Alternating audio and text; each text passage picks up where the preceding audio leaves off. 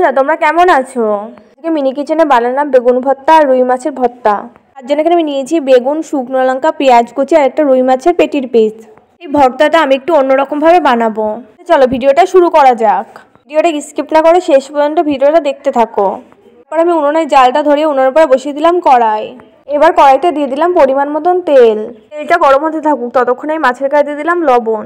তারপর মাছের গায়ে দিয়ে দিলাম হলুদ গুঁড়ো। তারপর আমি মাছের গায়ে হলুদ লবণটা ভালো করে মাখিয়ে নিলাম। এখন কিন্তু আমার মাছের গায়ে হলুদ লবণটা মাখানো হয়ে গেছে। এখন কিন্তু কড়াইয়ে তেলটা গরম হয়ে গেছে। এবার দিয়ে দিলাম রুই মাছের পিসটা। এখন মাছটা কিছুক্ষণ ভাজা হতে দিতে হবে। আসলে মাছের পিসটা তো অনেক বড়, তাই খুব সাবধানে ভেজে নিতে হবে। এবার আমি কিছুক্ষণ পর মাছের এক পাশ ভাজা হয়ে গেলে আর এক পাশ উল্টে দিলাম। বন্ধুরা তোমরা যদি এখন আমার চ্যানেলটা সাবস্ক্রাইব না করে থাকো অবশ্যই মনে করে দেবে। আর যদি তোমাদের কাছে ভিডিওটা ভালো লাগে তাহলে একটা লাইক করে দেবে। পাশে থাকা বেল আইকনটা অবশ্যই প্রেস করে রাখবে, আমার পরবর্তী ভিডিওর নোটিফিকেশন সবার আগে তোমার কাছে পৌঁছায়। এখন কিন্তু আমার মাছ ভাজা হয়ে গেছে। এখন আমি মাছটা বাটিতে তুলে নিলাম। তারপর আমি দিয়ে দিলাম বেগুনের গায়ে হলুদ গুঁড়ো, সঙ্গে দিয়ে দিলাম পরিমাণ মতন লবণ। এবার আমি বেগুনের গায়ে হলুদ লবণটা ভালো করে মাখিয়ে নিলাম। এবার আমি কড়াইতে মাছ ভাজা তেলের ভেতরে বেগুনগুলো দিয়ে দেবো। বেগুনগুলো তেলের ওপরে সুন্দর করে ভালোভাবে পাতিয়ে দিয়ে দিলাম আমি। এবার আমি বেগুনটা যাতে ভালোভাবে ভাজা হয় তার জন্য 1 মিনিটের মতন ঢেকে রাখবো। 1 মিনিট পর থালাটা তুলে নিলাম। এবার আমি বেগুনগুলো এক পাশ ভালোভাবে ভাজা হয়ে গেছে, আর এক পাশ উল্টে দিলাম। এই বেগুনগুলোকে কিন্তু ঝুরি বেগুন বলে, কিন্তু এই বেগুনগুলোতে বেশি মানুষ ভর্তা বানিয়ে খায় না। বেগুনগুলো অনেকে সেদ্ধ খেতে পছন্দ করে, কিন্তু তোমরা আমার মতন করে এই বেগুনটা একবার ভর্তা বানিয়ে খেয়ে দেখো, খুব টেস্টি লাগবে।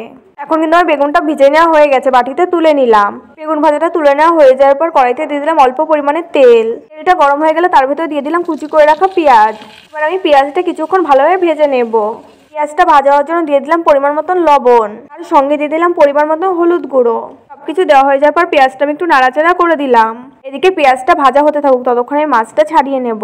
রুই মাছের পেটির গায়ে একটা ছাল মতন ছিল, সেটা আমি দেবো না ভর্তার ভেতরে, তার জন্য আমি সেটা ছাড়িয়ে আলাদা করে রেখে দিলাম। এবার আমি মাছ থেকে কাঁটাটা ভালো করে বেছে নেব। আসলে রুই মাছের পেটির ভেতরে বেশি কাঁটা থাকে না, কটা বড় বড় কাঁটা থাকে, এছাড়া কোনো কাঁটাই থাকে না।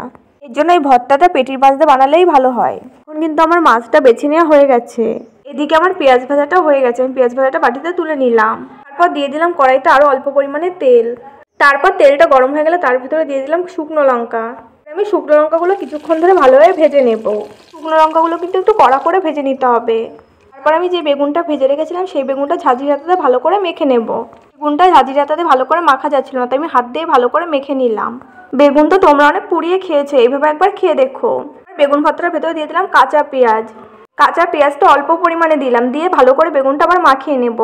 এবার বেগুনের ভেতরে দিয়ে দেবো যে পেঁয়াজটা আমি ভেজে রেখেছিলাম, সেটা অল্প পরিমাণে দিয়ে দিলাম।